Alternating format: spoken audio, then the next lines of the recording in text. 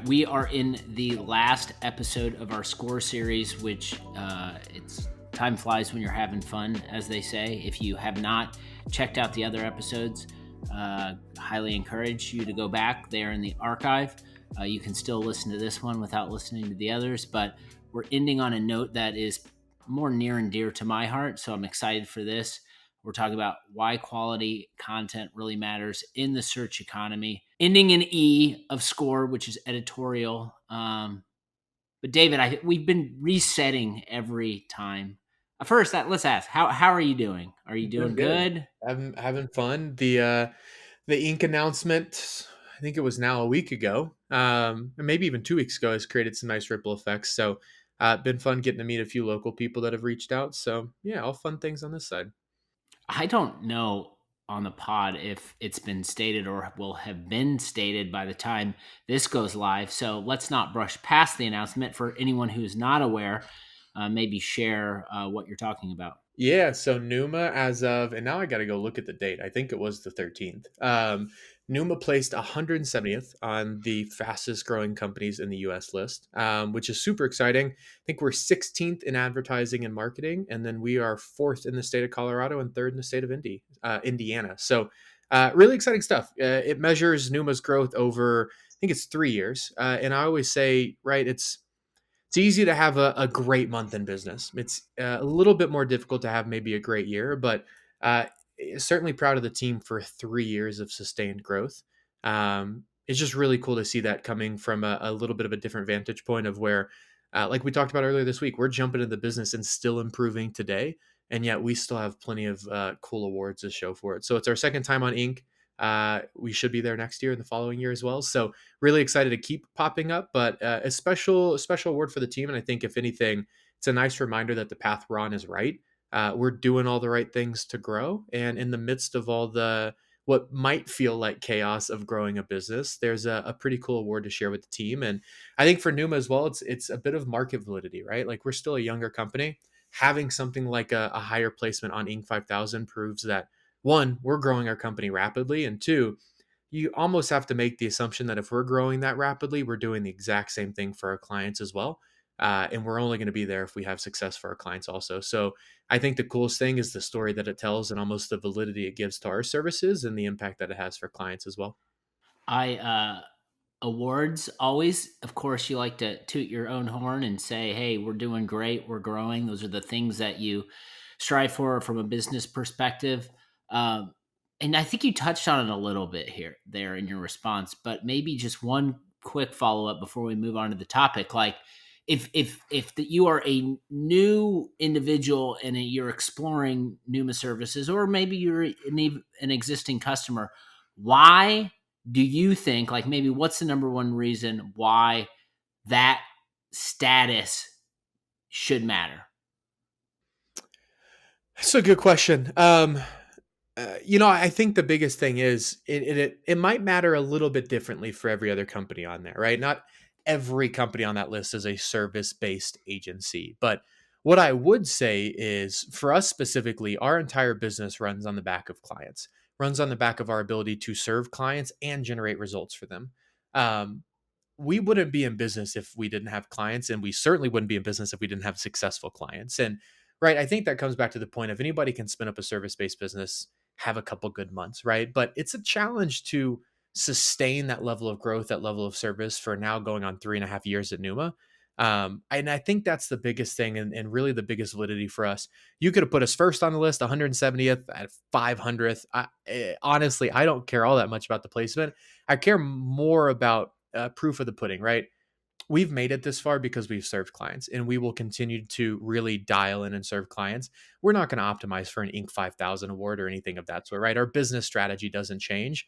We got there by nature of the work that we do with our clients and the results that we've been able to generate. And no agency stays in business if they don't generate results. Good agencies stay in business if they have good results, but great agencies, and I think Numa is one of those, get awards like Inc. 5000, continue to serve clients at a high level. And I think that's where the fun begins, right? That if you can grow a company that rapidly and serve clients at a great scale, you have a great foundation for whatever comes next, and certainly excited for what's coming next at Numa. One way we serve our clients is through our process, and that is SCORE. It is the way we help our clients find their next customer, or their next customer find our clients. We talked about recode last time. We lead off each of these episodes by giving maybe a one takeaway from the last episode. Maybe what is one important thing based on the recode episode going into the editorial episode that listeners should know about. Yeah, and I think after even sitting on that episode as well, what I'd come back to is that as you think about your website, and I just if I asked you to tell me about your website, the first thing you're probably going to do is tell me about the design and the copywriting, right? Visually what most clients can see. And I think that's totally fine. But I would almost argue tell me about the technical side of things first. Tell me about the foundation of your site, because the design and the copy do not matter unless you have a really strong foundation. It'd be like having a really fast car with no tires.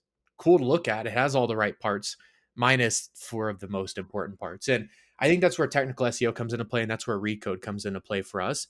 We want to be able to develop maybe some of the more exciting, fun parts of SEO, like editorial, which we're going to talk about today.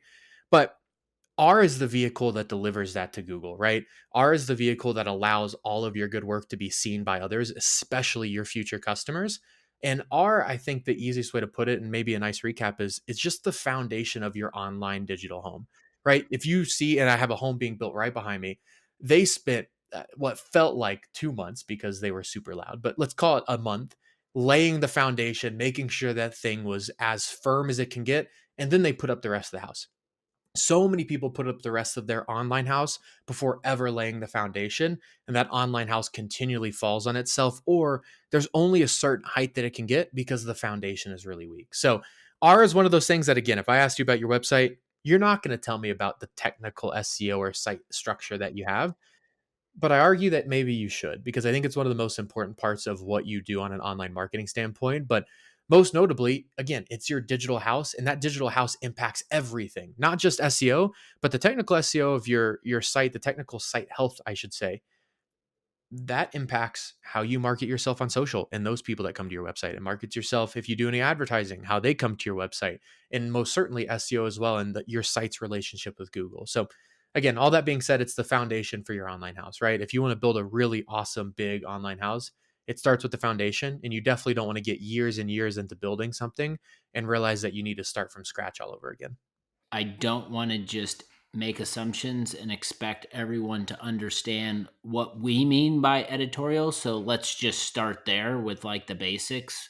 What does editorial mean in our process, and why does it matter? I think the easiest way to talk about editorial, the E, the very last letter of score, is its content. Whenever I talk about SEO to somebody, the very first thing that maybe not 99%, but I'd say 90% come up to me and say is, oh, like writing blogs, right? Or writing content, or the word writing is used in some way, shape, or form. Now, I say all that. This is what most people think of whenever we talk about SEO. So this is the fun part. This is the part where we just talked about R ever so slightly, right? E is the part that gets people excited. R is the part that makes sure you find E. So the easiest way is that E is going to be all the editorial content that's written on your site. That comes in a lot of different shapes and sizes. But the easiest way to think about it is it's all the written content, all the written marketing, all of the quote unquote words on your site fall under the E or editorial bucket of score. When we're thinking follow up to this, when we're thinking about editorial and you say all the words, it's words on page and through mediums like your blog. Is it both of those things? Yeah, so it's blog. I honestly, any word on your site that you can think of. So any of the content that you would find on just like a landing page, that could be considered editorial. Any of the content you find within blogs could also be considered editorial, but I think it can get even deeper than that as well. Think about your title tags, your meta tags, your paid, like any of the nitty-gritty quote unquote words, I think play into this as well. And it's really just the written description or written positioning of your company as a whole. And how can we utilize your positioning and position it in such a way that it also has a good relationship with Google and puts your company or your brand in front of the right people. My interpretation, well, I kind of hit rewind and I was thinking about this before we recorded, and thinking about editorial in my world just as someone who does content and its impact on SEO, and might date myself here a little bit, but when, content started for me, it was about publishing as many and as often with as many keywords as possible. So Google picked it up and we were seeing, I think it has changed since then. And the debate right now is the balance between quality and quantity of content. How do you think about that from an editorial perspective? Like, I know we've touched on this in previous episodes, but like, how do you think about quantity versus quality when we're looking at the editorial side of Score? I think with a news site, like a brand new site, no content, no SEO, you can certainly make a case for quantity. You can certainly make a case for more might be better because there's nothing currently, but that might be an exception to the rule. If you were to blow it up and look at it for most websites, quality is going to play a vastly more important role than quantity. The story that I always say is that we have a client, and I guess whenever I say this, it's always a blog that was a year old. I think that blog is now going on 2 years old, but one really high quality piece of content that our team wrote now probably 2 years ago still ranks on the first page and still brings in leads, right? Because we spent an extra hour and a half with that blog, it's created value for the following 2 years. I don't know if there is another platform or another marketing mechanism that has that long of a tail. Maybe Medium if you publish like content there, but even if you take that out, I think if you publish on Medium, you're better suited to publish on your own website to begin with. I think that helps paint the picture of quality in the sense of, unlike Facebook, unlike Twitter, unlike Instagram, good content, I'm going to use this and maybe put an asterisk behind it, but good content can live forever on Google. You can have pieces of content that live on for 2, 3, 4 years. Sometimes they'll need some updating, right? But you don't find that anywhere else. And you certainly don't find content living on forever if it's a quantity based approach. I'm going to write 100,000 words on your site each month, and we're just going to get rankings, right? We need to write good. I wouldn't even use the word good. We need to write great content that truly matches the intent of the searcher, but is also valuable and engaging to read, right? I don't want to read an article that's stuffed with keywords. I don't want to read a really short article that isn't actually valuable, but I certainly don't want to read an article that prioritizes Google more than it prioritizes the user. And I think that we'll certainly get into, but 9 times out of 10, when I see someone playing the quantity game, I also see somebody saying, well, we just need to write it for Google. Not quite, right? Google doesn't want you to write for Google. Google's not the one reading it. They want you to write for the user. The user is the one that they're trying to please. And the more and more I spend in the world of SEO, the more and more I realize that uh, focus on the person that you're writing for, less on the algorithm that you're trying to tweak. Because as time's gone on, that algorithm has gotten better and better and better to not represent what Google likes, but to represent how people engage with content, which is exactly what you want from a good piece of content. So you're suggesting write for people and not machines, which is Hot good. take. Yeah, which is good. I, Um, well, I say a hot take almost jokingly. It might actually be a hot take nowadays. it Um, right. it may be a small rant, but it fits in here.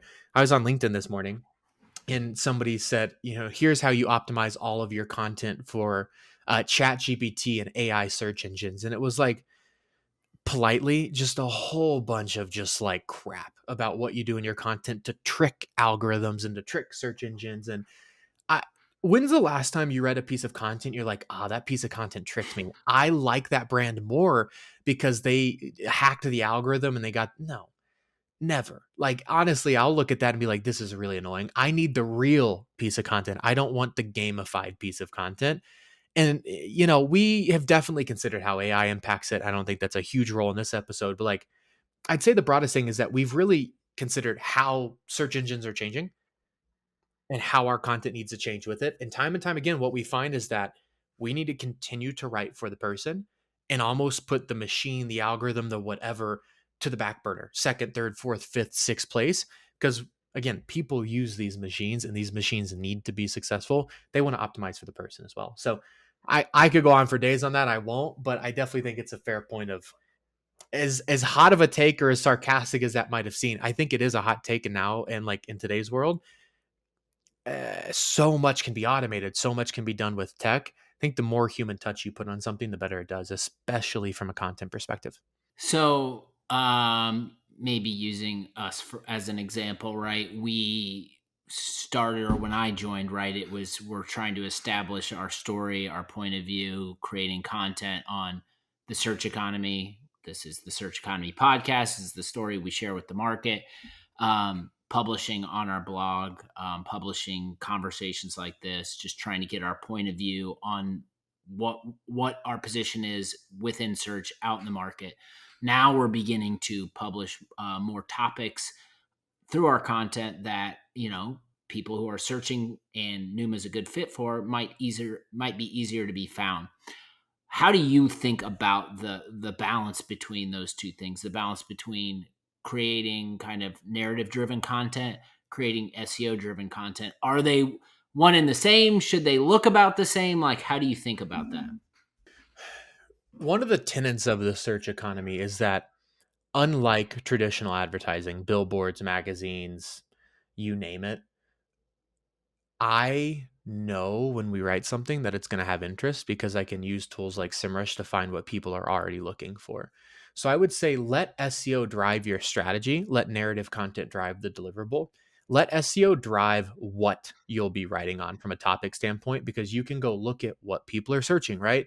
Let's say, how to use, I don't know, I'm looking in front of me, how to get a copy of a key made because I have a key in my hand, right? That might be a highly searched topic. I don't know. Let's write for that and at least know that that's going to be a topic. But let's not blindly take all SEO advice of like write this many words and this many images and things. Right? Let's take it a little bit deeper and figure out, okay, if somebody's searching for that, what's the actual answer that they're trying to come to? What is the actual solution that they're trying to find? Are they trying to find a local shop that can do it? Are they trying to do it at home, which I don't really think you can do with keys? Are they trying to figure out how much it costs, right? Like, let's understand the searcher's intent and build a narrative around the answer that we need to give to them. Let's use SEO to first validate, though, that that topic is even worth writing on. And that's where I've always seen the relationship, is that SEO and the SEO tools can very easily validate what someone's writing about and why they're writing about it to begin with, or I guess not writing, but why they're searching for something and what they're searching. And then a good team of writers can take a narrative driven, story driven approach and make a really fun piece of content that you enjoy reading, but actually answers the intent of your search that we know is happening because we can pull that data. One thing in the last episode or episode before that, we you touched on, and I want to crack it open a little bit because I feel like it's better placed for this conversation, is regarding pillar pages. We started to go down the road and stopped because it started to get a little off the primary topic, but I think it fits right here within the editorial process. So maybe talk a little bit about pillar pages and their role. Think of pillar pages as just that they can be the pillar of your content marketing strategy. But I think for a lot of our clients, the pillar pages that we create for them are going to be very focused on a core part of their business. So let's say we use Numa. We might have a pillar page about just SEO services, broadly speaking, right? A very short tail, maybe competitive keyword, but that pillar page could serve as like a resource for prospects coming to our site, people who want to learn more about SEO services, how we think about them, how we do them, whatever words you want to use, right? Pillars are really important because it helps create an organizational structure around the rest of your site, right? We have a core pillar about SEO services. And then I always like to use the terminology pebbles. Pebbles are the blogs that support that, right? So, what is SEO? Why is SEO important? Should I be doing SEO? How is SEO different than PPC? All of the questions that can talk about SEO as a topic internally link, or essentially just link back to that pillar page. That way we show Google that we have a page that it's kind of core for all of our information. And then we have a bunch of pebbles addressing this topic in hundreds, if not thousands of different ways. And it helps create what I would say for honestly a reader, if we take it back to the user, it shows them that we really know our stuff. We didn't just write one blog. We didn't just write two. We didn't write a few, right? We've addressed this topic in 100 different ways, or 50 different ways, or 40 different ways, whatever we need to do. And it really helps us show our expertise on the topic. So, there something you have said just in conversation regarding um blogs, websites, copy throughout this entire series is that we're trying to organize content in a way that answers the right questions for the end user, which is great. I think that's what we should all strive to do. But I don't think we should just be, content machines, answering questions. We really ultimately want them to get their questions answered, but have that map back to whatever our product or service does, so we can get them to think and get them to take action. Is there an art to that? Like, how do you think about that? Not only answering the questions, but inspiring them to go take that next step with your brand, whatever you're selling. And I think this is it's a good thing to call it. Not all pieces of content should require you to take action. Some should, some shouldn't. Some should be there to inform if it's very top of funnel. And I think this really comes back to the very first episode we had about strategy. It's the S. Ultimately, we need to figure out what we're trying to achieve, right? If it's a very bottom of funnel approach, then maybe each piece of content needs to promote or encourage you to take that next step. And at that point, we start asking questions around, okay, if we answer this question, what's the obvious next question? Is there a way to answer that with a phone call, with some type of lead form, lead magnet, you name it, right? But other times, maybe it's just we're answering a question and the call to action or the conversion from that is just linking them to another blog that they might find interesting, right? Getting them to spend more time on the website than not. And I think it really just comes down to the piece of content that we're writing and how close somebody is to the bottom of funnel. What about one of the other topics that I don't think I know that we talk about when we are in conversations with current clients or future clients is on page optimization. How does that fit into the conversation? I think of on-page optimization is well, I mean, it's exactly that. You're optimizing the content on a specific page of a website. On-page optimization can be really powerful whenever a page already exists with the content that you need. So think about if somebody came in and did SEO for Pneuma, and there is a page already on our site for SEO services, but it wasn't quite where it should be. It wasn't quite as optimized as it could be, and it wasn't capturing all of the search or all of the upside that's possible. We end up really leaning into that page and saying, okay, there's structure here, right? We might be able to actually use this page as a really strong starting point and scale out from there and make sure that we have strong success moving forward rather than creating something from scratch. So I think on page optimization can be really powerful if you're starting from somewhere other than zero. If you already have a page on the site that's optimized for a certain keyword, it's just not performing to the best level it can, you can utilize something like on page optimization to instead of going from 0 to 1, you can go from 4 to 10, right? The easier analogy is instead of taking a page that doesn't even exist to the first page of Google, you can take a page that already exists, that already has history with Google from, let's say, the second page to the first page. And that's a much easier, quicker process to get results as well. So when we think about SEO, or 99% of the audience thinks about SEO, like the next thing that comes to our brains is keywords and using keywords to gain placement. We have said in this conversations we shouldn't just create blog posts that are stuffed full of keywords. Um, how should we think about keywords, and maybe what are some things we should avoid? I think the biggest thing to think about with keywords is it's a keyword is specifically what somebody types into Google, but I have a saying called trust but verify. Trust that someone searched that because they very well did, but verify what the actual intent of that search is, right? Um, how to make a copy of my key is most likely asking, is there a place near me that copies keys, right? Like that's just what I'm asking to Google, but it doesn't mean it's what I'm actually asking. And that's always kind of an interesting topic to lay in, but it's where you can get into what's called intent of the search. What are people actually trying to solve with this? And sometimes the searches are very straightforward. Uh, Chinese food near me. Well, I bet somebody wants some Chinese food near them for delivery. That's straightforward. It's in the term, right? But something like how to get a key copied, I don't know. You might assume that that could mean like how to get it copied and somebody wants to know the process. But I guarantee you, if somebody Googles that, they could care less about the process. They probably want to know how they can get it copied, as in where they can go close by to their house to get it copied. So, kind of a foolish analogy, but I think it paints the picture of keywords are a starting point. Keywords can validate what someone's searching, but it doesn't validate that that keyword is important for your brand, and it doesn't validate the actual intent that it has. You need to make sure that both of those things are answered. And as you consider the keywords moving forward, you're choosing keywords with the right intent, and you're at least strategically choosing them rather than just kind of pulling them out of a hat or a report.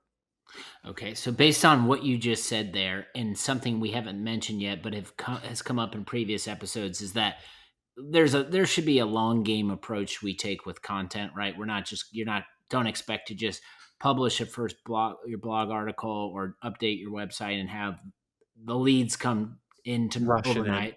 Yeah, that'd be nice. I think any business. I mean, if you could promise that dream, then you'd probably be sitting on a beach somewhere. But that's just not the reality.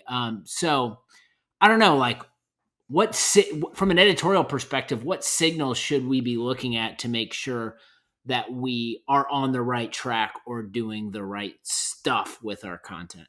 I think the first thing I would say is strategically, is somebody already searching for the topic that you want to write about? And that's where I'd use a tool like a SIMrush or something similar to validate the idea.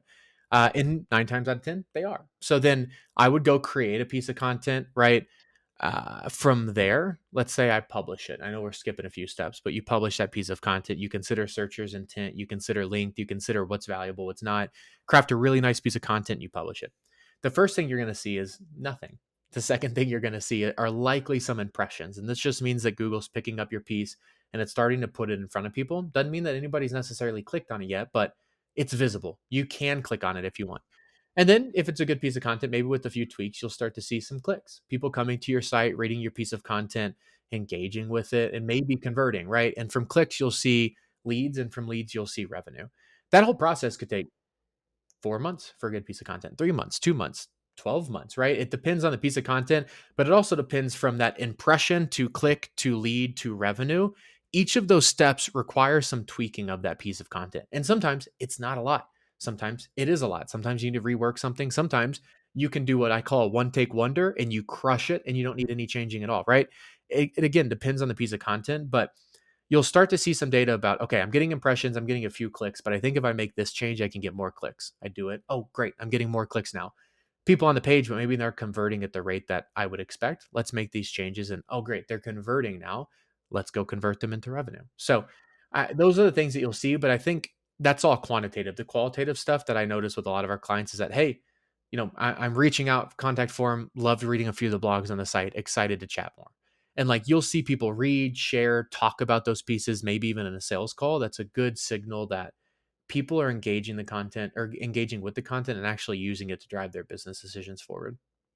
So you teed one up earlier, and I just let it like fly by the plate because I knew that there was another pitch coming, and I'm going to send it your way.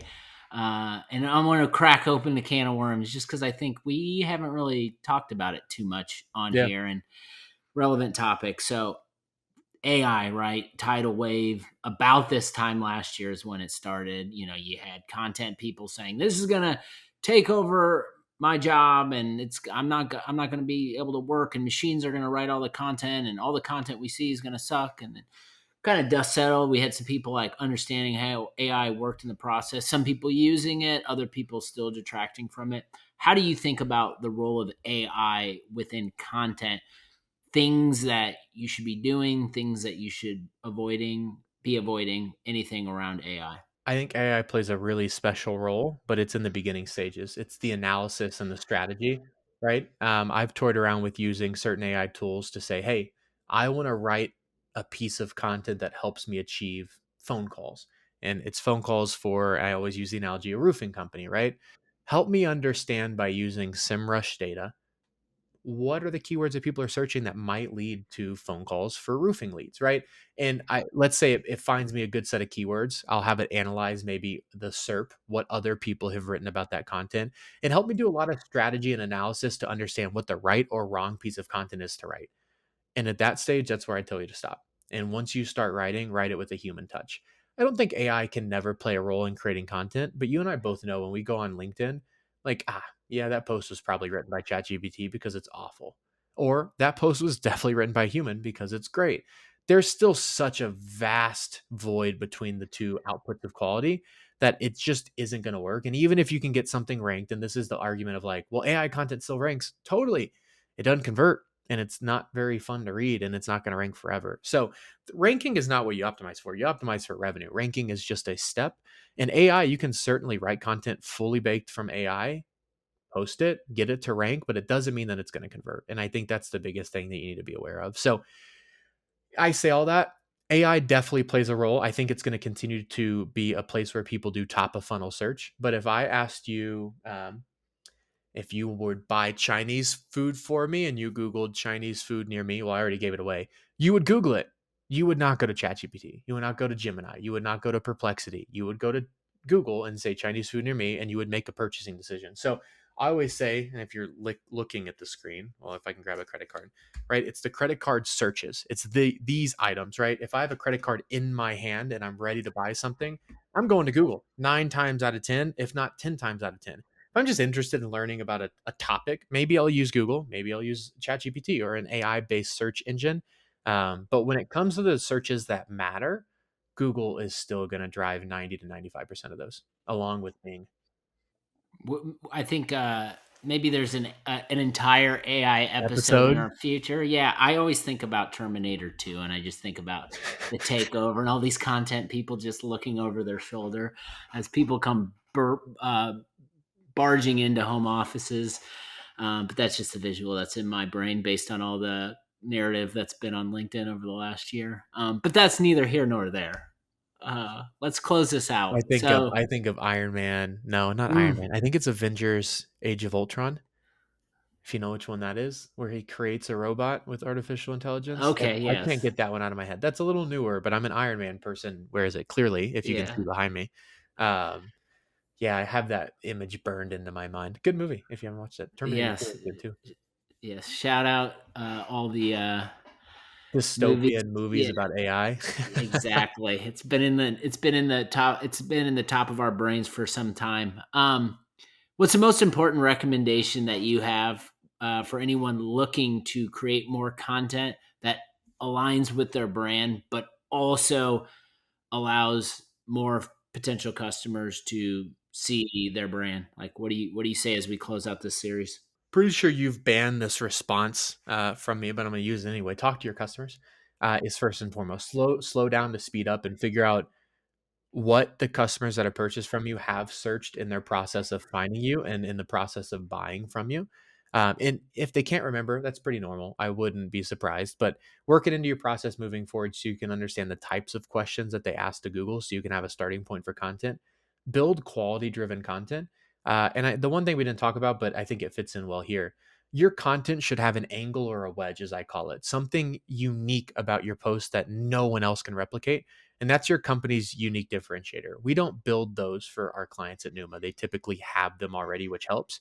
But that's where I would definitely challenge you. Any good piece of content needs a unique angle or wedge, something that makes it just different enough so it stands out amongst the crowd and it pops out from the shelf, so to speak, the digital shelf of Google. But I'd say the biggest thing is that quality is better than quantity. A good piece of content can live forever, quote unquote, and you want to lean into that and you want to find a good piece of content, spend an extra hour with it and make sure that it lives on forever and creates value for your brand for years to come, like we've seen many times. Hopefully, you have all enjoyed this series on Score. If you have not already, go back and listen to the previous episodes. We will be putting out more content next week and beyond. Doesn't stop with Score. There's more to talk about here on the Search Economy podcast. David, well done. On to the next one. Until next time.